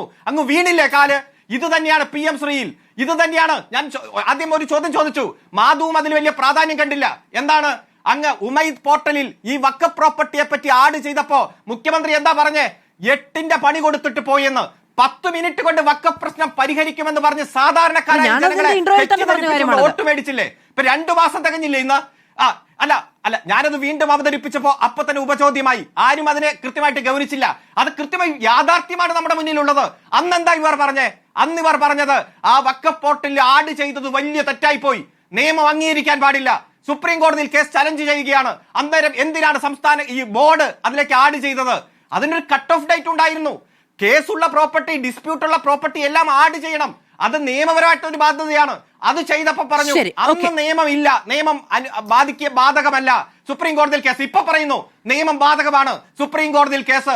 ഇതല്ലാതെ സംസ്ഥാന ഗവൺമെന്റിന് എന്താണ് ചെയ്യാൻ കഴിയുക? അതുകൊണ്ട് ബഹുമാനപ്പെട്ട സുപ്രീം കോടതി അഭിഭാഷകൻ, എനിക്ക് വളരെ ബഹുമാനമുള്ള ആളാണ് സെക്ഷൻ 22 സെക്ഷൻ 22 കൃത്യമായി തന്നെ സൂചിപ്പിച്ചിട്ടുണ്ട്, എല്ലാവരുടെയും ഫില്ലിംഗ് ഒരുമിച്ച് വേണ്ട. 1 2 3 പേരെ ഫില്ല് ചെയ്യുന്ന ബാധിക്കുന്ന സാഹചര്യം. സുപ്രീം കോടതി ഞാൻ പറഞ്ഞ അവസാനിപ്പിക്കട്ടെ. സുപ്രീം കോടതിയുടെ മുൻപിൽ സമയമല്ല, ഒന്ന് പറയാമോ? നിങ്ങൾ ഈ പറഞ്ഞ നെടുങ്കൻ ഇംഗ്ലീഷ് ഞാൻ പറഞ്ഞേക്ക്. അല്ല, ഞാനൊരു ചോദ്യം ചോദിച്ചാണ് ഡോക്ടർ അരുൺകുമാർ. നിങ്ങൾ ഈ പറഞ്ഞ നെടുങ്കൻ ഇംഗ്ലീഷിലുള്ള വാചകം എന്റെ സുപ്രീം കോടതിയെ സമീപിച്ചപ്പോ പൈസയും നിങ്ങൾ ചുമതലപ്പെടുത്തിയ വഖഫ് ബോർഡുകാര് എഴുതി കൊടുത്തില്ല. ഒന്ന് പറഞ്ഞേ. അരുൺകുമാർ പൂർത്തിയാക്കൂ. വക്കീൽ എവിടുന്നാ വന്നേ? എന്നോട് 2 തവണ ദേവസ്വം ബോർഡിന്റെ വക്കീലിന്റെ അല്ല ഹംസ എന്തുകൊണ്ട് എന്തിനാണ് മിസ്റ്റർ ഈ അലമ്പാക്കുന്നത്? നിങ്ങൾ കേൾക്കൂ, നിങ്ങളുടെ ഇപ്പോഴത്തെ സാഹചര്യമൊക്കെ എനിക്ക് മനസ്സിലാകും. ഇന്നലെ ഇന്ന് ഞാൻ കാണുന്നതല്ലേ, അങ്ങ് വരിക. ഒറ്റ കാര്യമുള്ളൂ, സുപ്രീം കോടതി ഒന്ന് എന്റെ അരുൺകുമാറെ വെറുതെ ഞാൻ നിർത്തി. താങ്കൾ വെറുതെന്ന് വർത്താനെന്ന് പറയണ്ട. താങ്കൾ പറഞ്ഞോളൂ മിസ്റ്റർ. താങ്കൾ പറഞ്ഞോളൂ മിസ്റ്റർ. താങ്കൾ പറഞ്ഞോളൂ. ശരി ശരി ശരി അരുൺകുമാർ പൂർത്തിയാക്കൂ. എന്തൊരലമ്പ്. സുപ്രീം കോടതിയിൽ ഹംസ കൊടുത്ത ഈ SLPയിൽ സെക്ഷൻ 14 ഞങ്ങൾ അനുസരിക്കും എന്നാണല്ലോ പറഞ്ഞിരിക്കുന്ന ഒരു വാദം എന്നോട് ചോദിച്ചു. അതെന്താ പറഞ്ഞേ? Nomination of the government. അതായത് സെക്ഷൻ 14 പ്രകാരം വഖഫ് ബോർഡിലേക്ക് ആളുകളെ നോമിനേറ്റ് ചെയ്യേണ്ട ഉത്തരവാദിത്വം സംസ്ഥാന ഗവൺമെന്റിനാണ്. ആ ഗവൺമെന്റ് എടുക്കുന്ന ഏത് തീരുമാനവും ഞങ്ങൾ അംഗീകരിക്കും, ബോർഡ് അംഗീകരിക്കുമെന്ന. ബോർഡല്ല നിയമനം നടത്തുന്നത്, അത് സംസ്ഥാന ഗവൺമെന്റ് ആണ്. സെക്ഷൻ 14 അംഗീകരിക്കുമെന്ന് പറഞ്ഞാൽ അതുമായി ബന്ധപ്പെട്ടുകൊണ്ട് ഗവൺമെന്റ് നടത്തുന്ന ഏത് നോമിനേഷനും ഞങ്ങൾ അംഗീകരിക്കും. പക്ഷെ ഇപ്പോൾ 2 നോമിനേഷൻ നടന്നിട്ടില്ല. അത് പറഞ്ഞുകൊണ്ട് നിലവിൽ തെരഞ്ഞെടുത്ത ബോർഡിന്റെ പ്രവർത്തനത്തെ അസാധുവാക്കരുത്. അതാണ് ആ പാരഗ്രാഫ് മൊത്തത്തിൽ വായിച്ചാൽ നമുക്ക് മനസ്സിലാകുന്നത്. അത് ശരിയായ വാദം തന്നെയാണ്. ഒരിക്കലുമല്ല. താങ്കൾ ഈ പറഞ്ഞ ഇംഗ്ലീഷിലെ നെടുങ്കൻ ഡയലോഗ് താങ്കൾ വായിച്ചു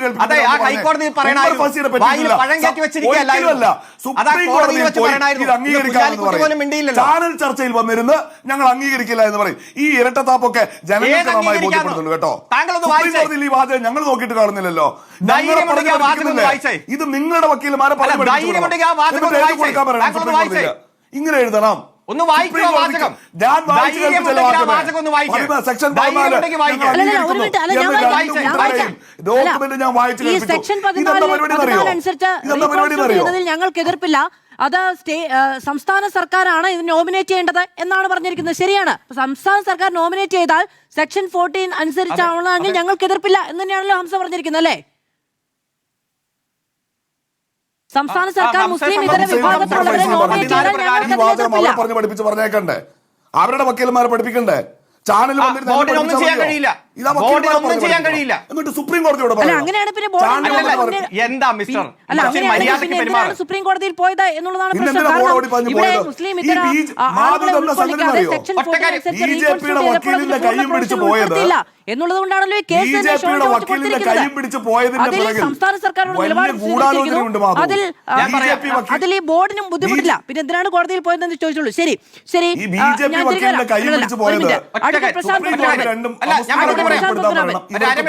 അത്രേ ഉള്ളൂ, വേറെ ഒന്നുമില്ല. അഡ്വക്കേറ്റ് പ്രശാന്ത് പത്മനാഭൻ അങ്ങോട്ട് വിടാം.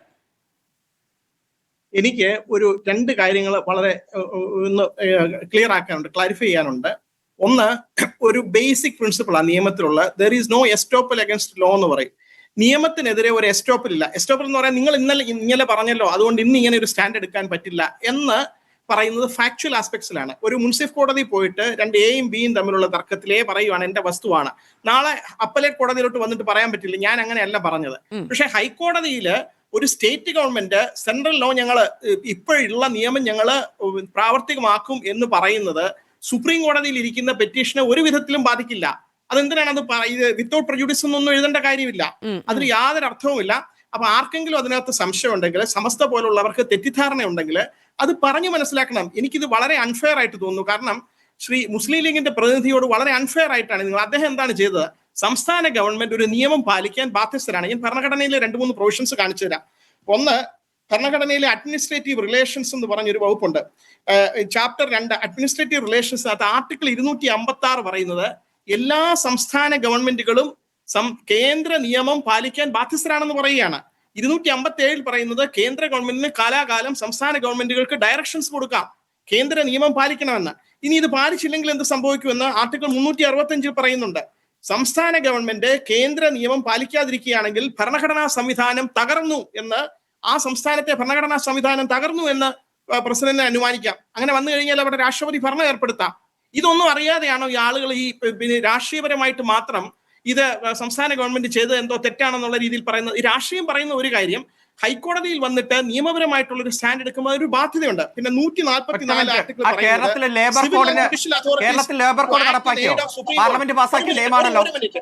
ഒരു മിനിറ്റ് ശ്രീ അരുൺകുമാർ, ഞാൻ ശ്രീ ഫസൽ ഗഫൂറിന് ഒരു സംശയമുണ്ട്, ഞാൻ പറയട്ടെ.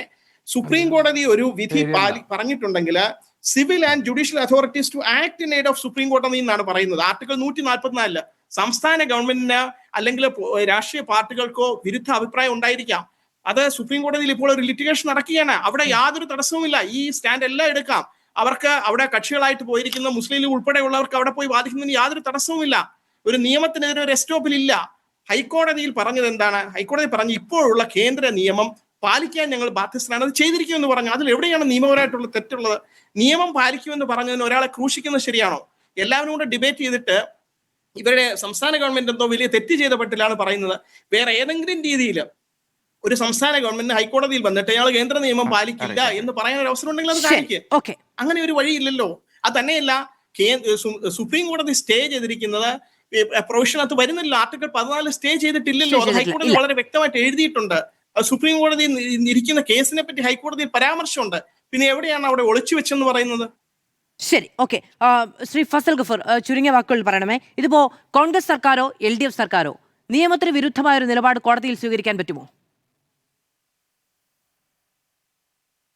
അതൊക്കെ ഞാൻ പറഞ്ഞുതരാം. അതുകൊണ്ടാണ് ഞാൻ പറയാൻ കാരണം 7 സംസ്ഥാനങ്ങൾ അവര് മനസ്സിലായില്ലേ, കോൺഗ്രസിന്റെ അടക്കമുള്ള സംസ്ഥാനങ്ങൾ, മമതയുടെ സംസ്ഥാനം, ഇവരെല്ലാം പ്രമേയം പാസ്സാക്കിയെന്നേ ഈ നിയമം ഞങ്ങൾ നടപ്പാക്കൂല എന്ന് പറഞ്ഞിട്ട്.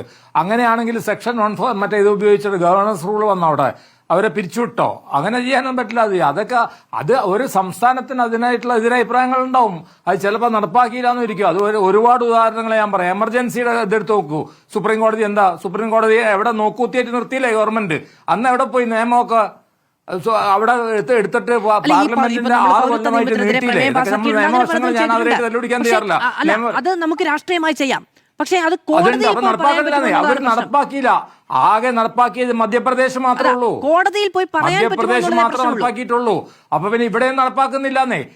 ഇപ്പൊ സർക്കാരിന് അതിന്റെ ചട്ടങ്ങളുമായി ബന്ധപ്പെട്ട അതിന്റെ നടപടികളുമായി ബന്ധപ്പെട്ട വലിയ കാലതാമസം വരുത്താം, ഇത് കോൺസ്റ്റിറ്റ്യൂട്ട് ചെയ്യാതിരിക്കാം, അങ്ങനെ പലതും ചെയ്യാൻ കഴിയും രാഷ്ട്രീയമായി. നടപ്പാക്കി അത് മതിയല്ലോ, കോൺസ്റ്റിറ്റ്യൂട്ട് ചെയ്യാതിരുന്നാൽ മതിയല്ലോ. പക്ഷേ കോടതിയിൽ പോയി പറയുമ്പോൾ കോടതിയിൽ സംസാരിക്കുമ്പോൾ വിരുദ്ധമാണ് ഞങ്ങളെന്ന് പറയാൻ കഴിയുമോ എന്നതാണ് ചോദ്യം നിയമപരമായി. അത് വിരുദ്ധമാണെന്ന് പറയാൻ കോടതിയിൽ മറ്റേ വക്കീൽ പറയാമല്ലോ. ഇവര് വിരുദ്ധമായിട്ട് ഇത് പാസ്സാക്കിയതാണെന്ന് എതിർ ഷോൺ ജോർജിന്റെ വക്കീൽ എന്നതായിരുന്നു എന്റെ ചോദ്യം. വളരെയധികം പ്രേക്ഷകർക്കും എന്തായാലും ഈ വഖഫുമായി ബന്ധപ്പെട്ട വിവാദം വലിയ തോതിൽ സംസ്ഥാനം ചർച്ച ചെയ്യുകയാണ്. അതിൽ സംസ്ഥാന സർക്കാർ എന്ത് നിലപാടെടുക്കാൻ കഴിയും ഇതല്ലാതെ എന്നുള്ളതാണ് ഇപ്പോൾ UDF ചോദിക്കുന്നത്. ഒറ്റുകൊടുക്കുകയായിരുന്നു എന്നതാണ് സമസ്തയടക്കം ചില വിമർശനങ്ങൾ ഉന്നയിച്ചത്. നേരത്തെ മുൻ നിയമമന്ത്രി P. രാജീവ് മാധ്യമങ്ങളെ കണ്ടപ്പോഴും സുപ്രീം കോടതിയിൽ സ്വീകരിച്ച നിലപാടിന് ഘടകവിരുദ്ധമായ നിലപാടാണ് ഇവിടെ സ്വീകരിച്ചത് എന്ന വിമർശനമാണ് ഉന്നയിച്ചത്. വളരെയധികം നന്ദി പാനലിസ്റ്റുകൾക്കും പ്രേക്ഷകർക്കും. നോക്കാം.